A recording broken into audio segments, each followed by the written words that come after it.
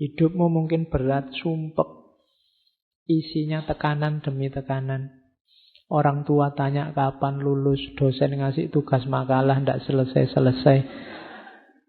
Duit habis, temenmu cerewet, itu kan tekanan demi tekanan. Kamu isinya stres terus. Keluarlah jalan-jalan. Nikmati hidupmu. Beri kesegaran untuk hidupmu.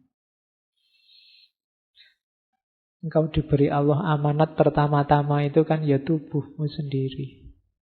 Jiwa dan ragamu. Jangan dibikin susah. Harus ada waktu, ambil nafas dan menikmati diri.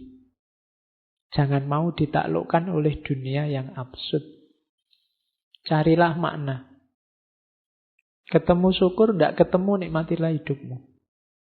Kan gitu. Syukur-syukur kamu ketemu makna yang tidak pernah orang lain ketemu yang kayak gitu dan kamu dapatkan.